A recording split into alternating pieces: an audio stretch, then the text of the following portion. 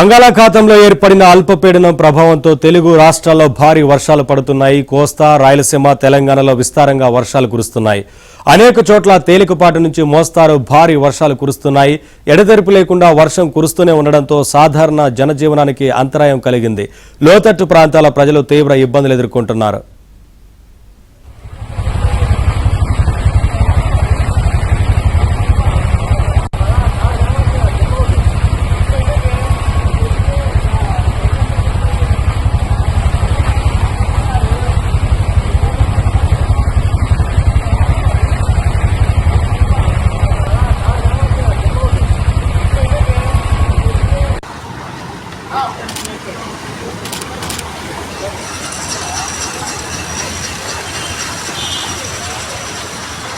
ఇల్లు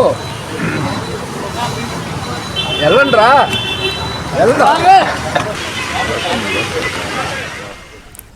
పశ్చిమ వాయువ్య దిశగా అల్పపీడనం పయనిస్తూ ఉత్తరాంధ్ర, దక్షిణ ఒడిశా తీరానికి ఆనుకుని పశ్చిమ మధ్య వాయువ్య బంగాళాఖాతంలో ప్రవేశించింది.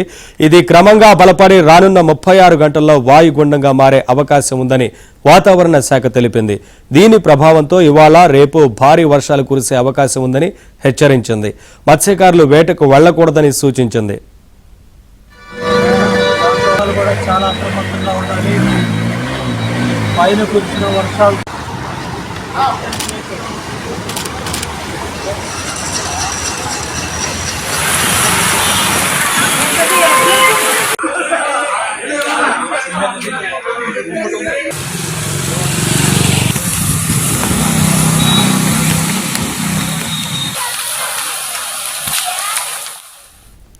వర్షాలపై ఏపీ సీఎం చంద్రబాబు సమీక్ష నిర్వహించారు. అధికారులు అప్రమత్తంగా ఉండాలని, ప్రజలకు తగు సూచనలు చేయాలని ఆదేశించారు.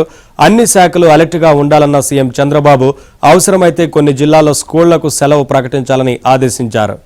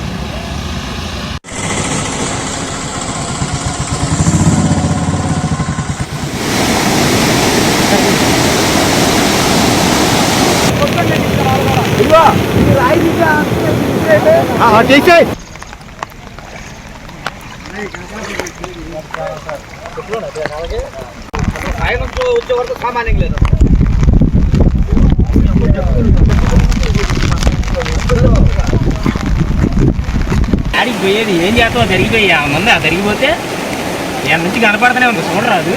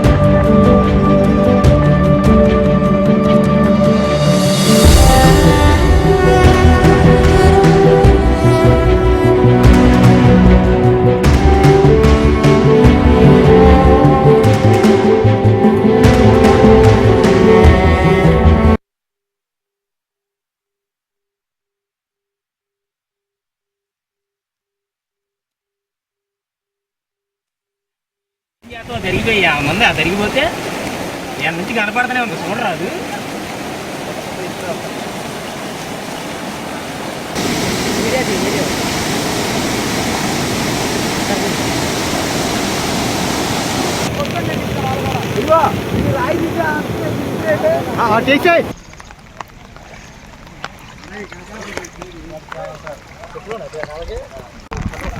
వచ్చే వరకు సామాన్యం లేదు.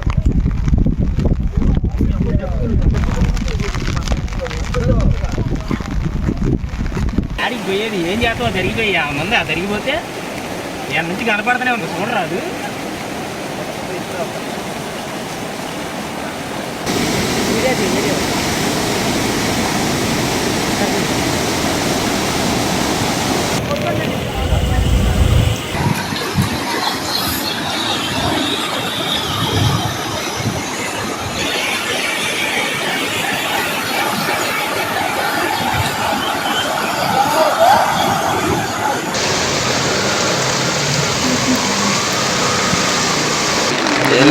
వాళ్ళ ఊరు అట్లా మన ఇద్దరేనంట.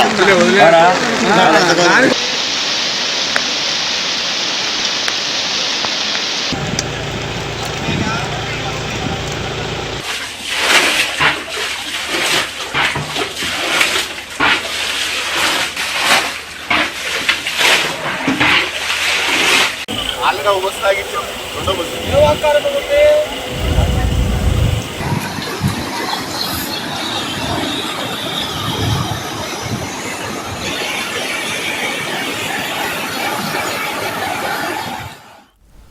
విజయవాడ బస్టాండ్ సమీపంలో వరద ప్రభావంపై మరింత సమాచారం మా ప్రతినిధి లీలా అందిస్తారు.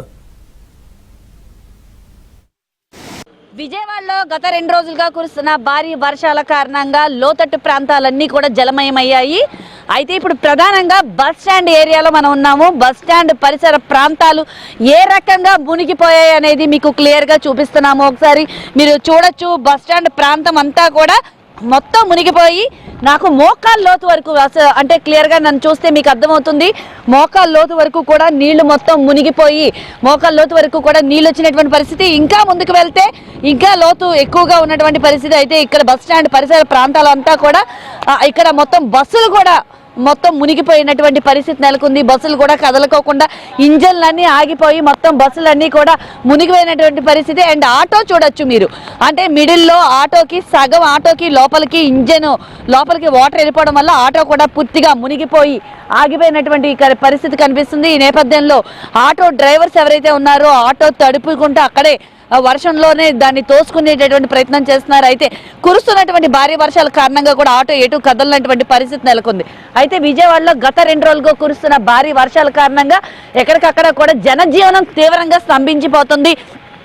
వర్షాల నేపథ్యంలో లోతట్టు ప్రాంతాలన్నీ జలమయమయ్యాయి. ఇటు చూస్తే అపార్ట్మెంట్ల సెల్లార్ లోపలకు కూడా నీళ్లు వెళ్ళిపోతున్నాయి. అంటే ఈ నేపథ్యంలో అంటే మోకాళ్ళ లోతు వరకు నీళ్లు వచ్చేయడం వల్ల ఎక్కడ స్పీడ్ బ్రేకర్స్ ఉన్నాయి, ఎక్కడ సైడ్ కాలువలు ఉన్నాయో కూడా ఎవరికి తెలియనటువంటి పరిస్థితి. ఒకవేళ 2 వీలర్స్ మీద వెళ్లే వాళ్ళు ఎవరైనా ఉన్నారంటే కనుక ఖచ్చితంగా ఈ సైడ్ కాలువ ఉంది.